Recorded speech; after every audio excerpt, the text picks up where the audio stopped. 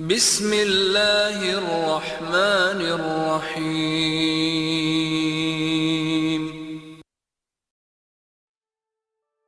Imaginez un instant. Un message divin est révélé, puis transmis oralement, puis recopié à la main, puis traduit, puis interprété, pendant plus de 1000 ans. À la fin, peut-on encore être certain que le message est resté intact? Pourtant, des milliards de personnes fondent leur vision du monde sur ces textes. Alors une question s'impose, une question rarement posée. Et si le Coran n'était pas venu abolir la Bible, mais restaurer son message originel? Et si l'islam n'était pas une rupture, mais la pièce manquante du puzzle? Aujourd'hui, nous allons voir comment l'islam se présente comme Al-Furqan, le critère qui sépare le vrai du faux, et pourquoi, selon la perspective islamique, il apporte une réponse cohérente aux grandes contradictions théologiques laissées par la Bible. La Bible est-elle un livre de Dieu? Clarification nécessaire.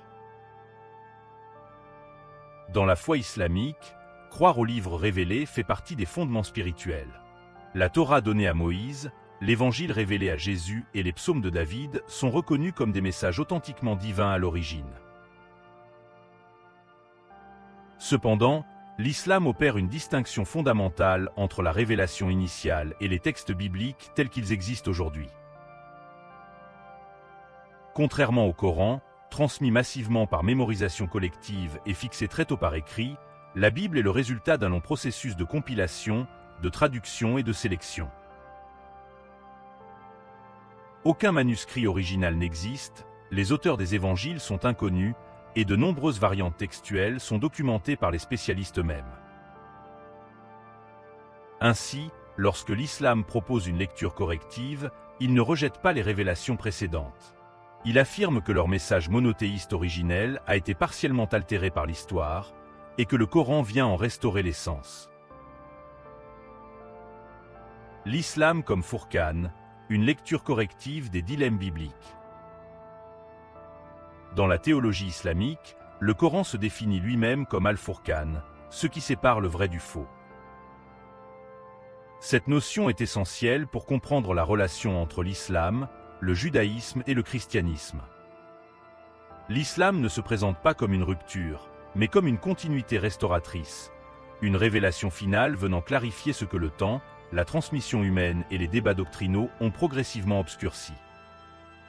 Autrement dit, le Coran agit comme une grille de lecture permettant de revisiter les récits bibliques sous un angle unificateur, celui du monothéisme pur, Tawhid. La restauration morale des prophètes. Premier point fondamental, l'image des prophètes. Dans la Bible actuelle, plusieurs figures majeures sont associées à des comportements moralement problématiques. Jacob est décrit comme rusé, David impliqué dans un adultère, Noé ivre, Lot lié à des récits profondément troublants. Du point de vue islamique, ces narrations posent un problème théologique majeur. Comment Dieu pourrait-il choisir comme messager des individus moralement défaillants? Le Coran apporte ici une correction claire. Les prophètes y sont présentés comme des modèles éthiques, certes humains, mais protégés des grands péchés. Adam, Noé, Abraham, Moïse, Jésus ou Mohamed, paix sur eux tous, incarnent la droiture, la patience et la sincérité. Cette approche renforce une idée centrale. La prophétie est une responsabilité spirituelle, pas une simple fonction historique. Jésus contre Paul, une fracture résolue. L'un des débats majeurs du christianisme repose sur la divergence entre Jésus et Paul. Dans les évangiles, Jésus affirme suivre la loi de Moïse, Moussa. « Je ne suis pas venu abolir la loi, mais l'accomplir » Matthieu 5.17. Paul, lui, développe une théologie radicalement différente. Salut par la foi seule, abrogation de la loi, divinisation progressive de Jésus. L'islam tranche cette contradiction en affirmant que Jésus, Issa, était un prophète envoyé aux enfants d'Israël, prêchant le même monothéisme qu'Abraham et Moïse.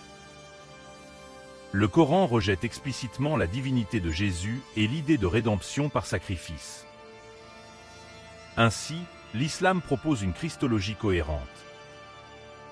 Jésus est un messager de Dieu, né miraculeusement, mais pleinement humain. Cette lecture rejoint d'ailleurs certaines positions chrétiennes primitives, comme l'ébionisme, marginalisées après les conciles impériaux. La question cruciale de la préservation des textes.